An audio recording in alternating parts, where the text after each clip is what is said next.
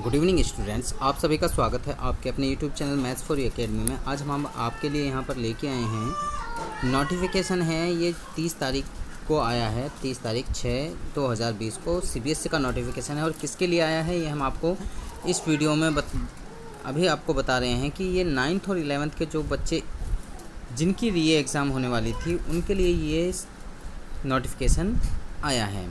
तो इस वीडियो को सभी बच्चे पूरा देखें ताकि जो डाउट्स हैं आपके वो क्लियर हो जाएं। बीच में स्किप करके अगर आप देखेंगे तो आपको जो भी इन्फॉर्मेशन हम देना चाह रहे हैं, यानी कि जो इस सर्कुलर में लिखा हुआ है वो हम आपको बताना चाह रहे हैं, तो वो आप मिस कर दोगे। क्योंकि बहुत से बच्चों के पास में सर्कुलर आ चुका है लेकिन समझ में नहीं आ रहा है कि सर इसमें साफ साफ लिखा हुआ क्या है। तो हम इसमें आपको क्लियर बताने वाले हैं कि इसमें लिखा हुआ क्या है, क्या चीज़ आपको बताई गई है, आपके री एग्ज़ाम होंगे या नहीं होंगे, तो उसके बारे में हम आपको यहाँ पर बताएंगे। तो उससे पहले बताने से पहले अगर आपने अभी तक हमारे चैनल को सब्सक्राइब नहीं किया है तो आप हमारे चैनल को सब्सक्राइब कीजिए और इसके साथ में बेल आइकन को ज़रूर प्रेस करें ताकि आपको आने वाली वीडियो का नोटिफिकेशन साथ के साथ में आपको मिलता रहे।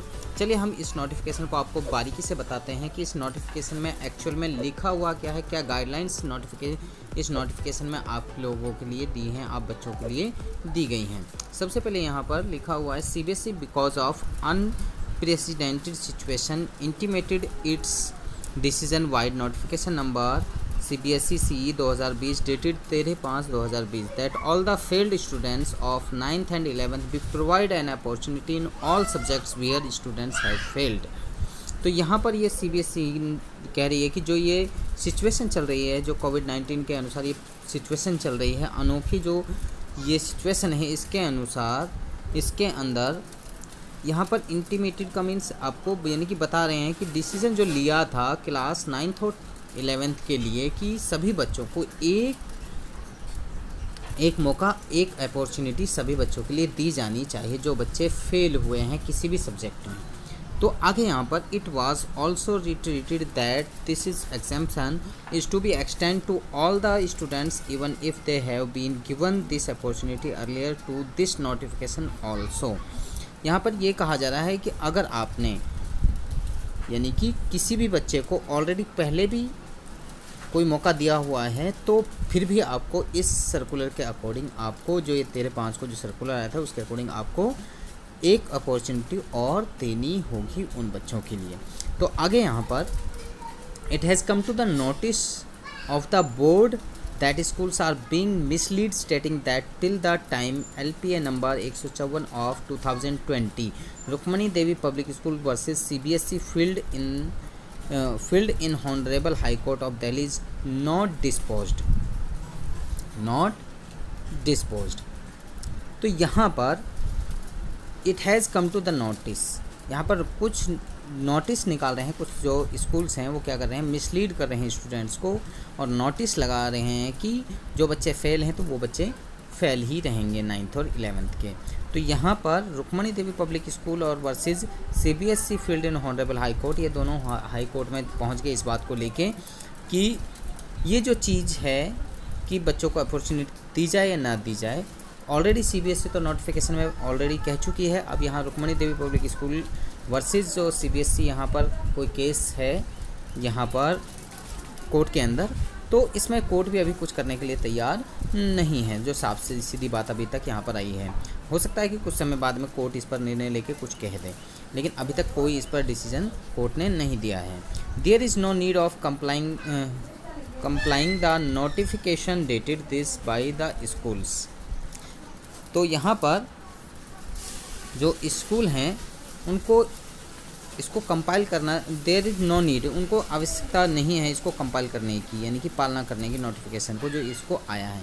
It has also come to the notice that schools are there for not extending the opportunity to the failed students of class 9th and 11th। It has also come, जो school दे चुके हैं, also come to the notice, जो already notice निकाल चुके हैं जो schools not extending the opportunity, जो एक्सटेंड नहीं करना चाहते, अपॉर्चुनिटी नहीं देना चाहते 9th और 11th के क्लास के बच्चों के लिए, तो उनके लिए यहाँ पर इन्होंने ये कहा है कि उनको कंपाइल करने की ज़रूरत नहीं है।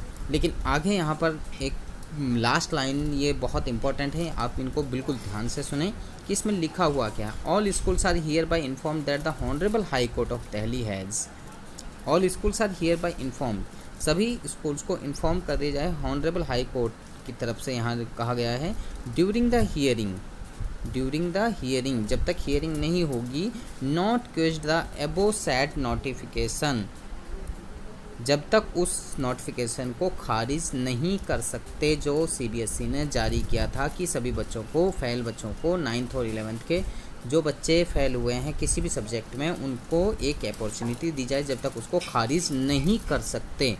ये हॉनरेबल हाई कोर्ट का डिसीजन था, क्योंकि अभी तक इस पर पूरी डिटेल हॉनरेबल हाई कोर्ट ने अभी कोई फैसला नहीं सुना है, लेकिन जब तक कोई भी हॉनरेबल हाई कोर्ट का इसमें डिसीजन नहीं आता तब तक कोई भी इस नोटिफिकेशन को खारिज नहीं कर सकता जो 13/5/2020 को आया था।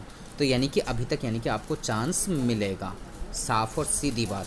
Hence all are requested to abide the direction, abide the direction content therein without being misled, और बिगर किसी मिसलीड के जो ये अभी तक नोटिस आया था तो इसको उनको फॉलो करना पड़ेगा। जो डायरेक्शंस अभी तक दी गई थी सभी स्कूल्स को जो सीबीएसई के अंडर आते हैं सभी को अभी तक इनको मानना पड़ेगा। Accordingly, school can conduct online, offline, innovative test and may decide promotion on the basis of the test conduct. जो स्कूल ऑनलाइन, ऑफलाइन या इनोवेटिव टेस्ट ले सकता है और उसके आधार पर ही बच्चों की प्रमोशन डिसाइड करेगा कि वो 9th से 10th में और 11th से 12th क्लास में जाएंगे या नहीं जाएंगे। तो यहाँ पर बहुत अच्छी खबर है आप बच्चों के लिए, 9th और 11th के लिए, कि अभी तक आप जो बच्चे डरे हुए थे, कुछ बच्चों के कमेंट्स भी आ रहे थे कि सर हमें 9th में या 11th में ही मतलब यानी कि विदाउट किसी अपॉर्चुनिटी के फेल कर दिया जाएगा।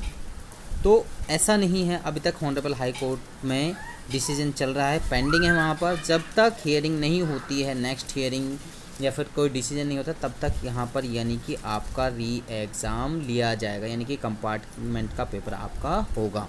तो मुझे लगता है कि ये इन्फॉर्मेशन सभी बच्चों को अच्छी लगी, और ये अगर इन्फॉर्मेशन आपको अच्छी लगी तो आप इस वीडियो को लाइक ज़रूर करें और सभी बच्चों को शेयर करें जो बच्चे आपके 9th और 11th में पढ़ते हैं, जो सीबीएसई स्कूल्स के अंडर में आते हैं। और केवीएस स्कूल वाले बच्चे भी कह रहे थे कि सर हमारा क्या होगा।